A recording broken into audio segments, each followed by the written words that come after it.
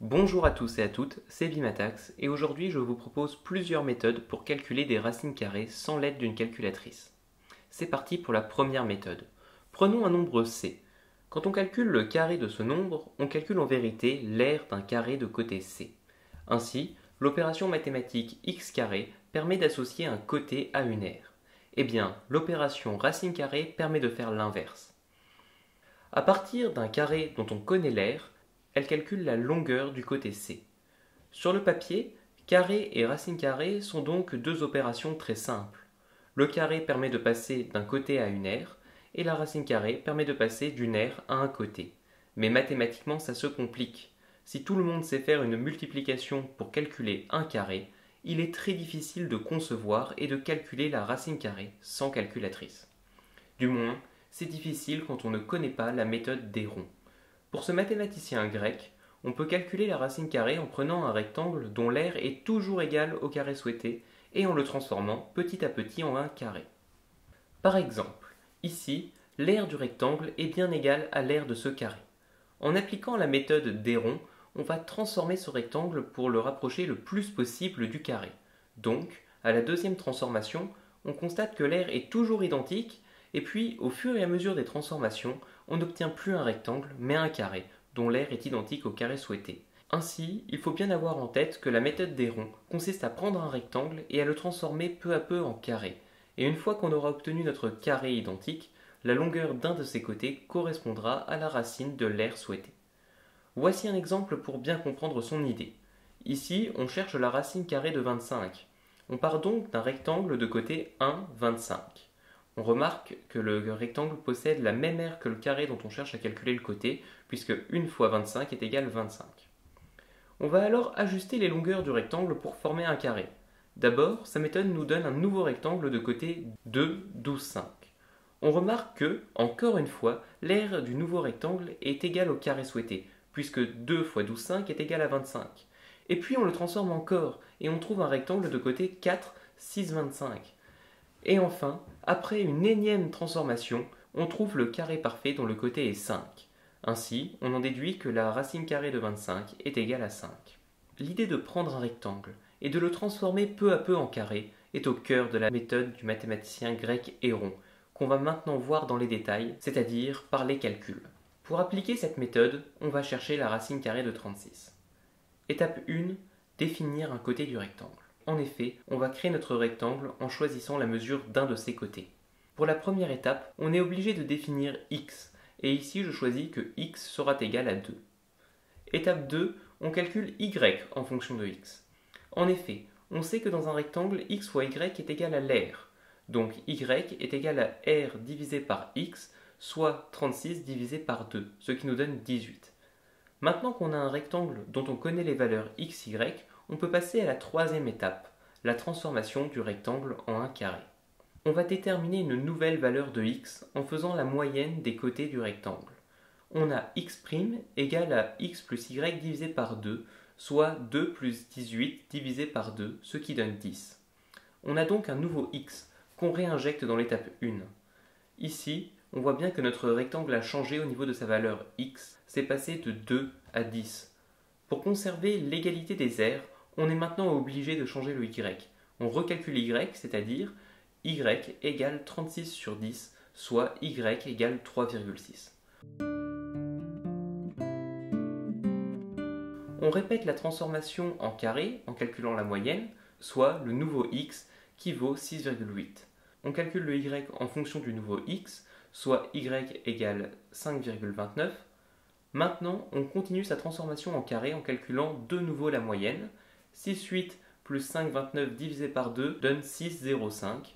On constate qu'on se rapproche de plus en plus de 6, qui est la racine carrée de 36.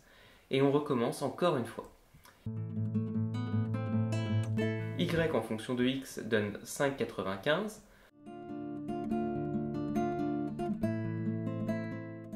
La moyenne obtenue s'élève à x' égale 6.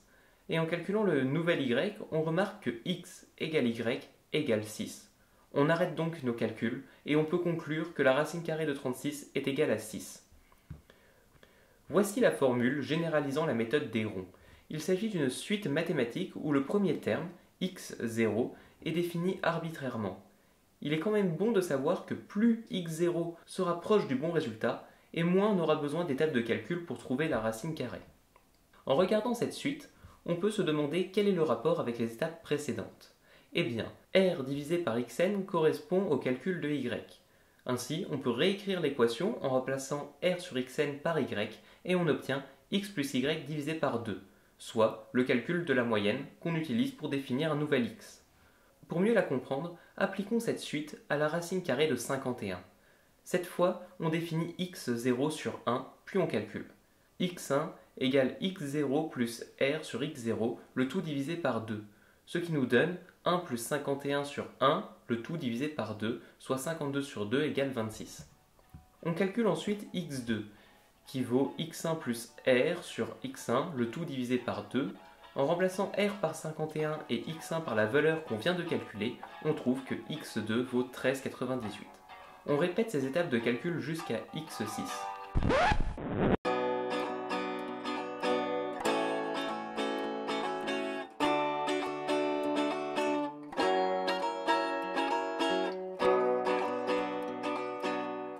Voilà, on a maintenant des valeurs de x dont le carré doit s'approcher au fur et à mesure de 51.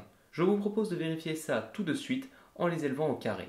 1 au carré vaut 1, 26 au carré donne 676, 13,98 donne 195,44, 8,81 donne 77,61, 7,30 donne 53,29, 7,14,32 donne 51,02, on est très proche de 51, et enfin 7,14,14 donne 51. On en déduit, après 6 itérations, que la racine de 51 vaut 7,14,14. Vous l'aurez compris, plus on répète 2 fois ce calcul de moyenne, plus on approche la valeur exacte de la racine carrée. Cette méthode est donc magnifique, car elle permet de calculer une racine carrée avec simplement des additions, des divisions et du temps. On peut donc le faire à la main, et ça c'est chouette. Pour les curieux qui se demandent comment est-ce qu'une moyenne permet de transformer un rectangle en carré, voici une démonstration.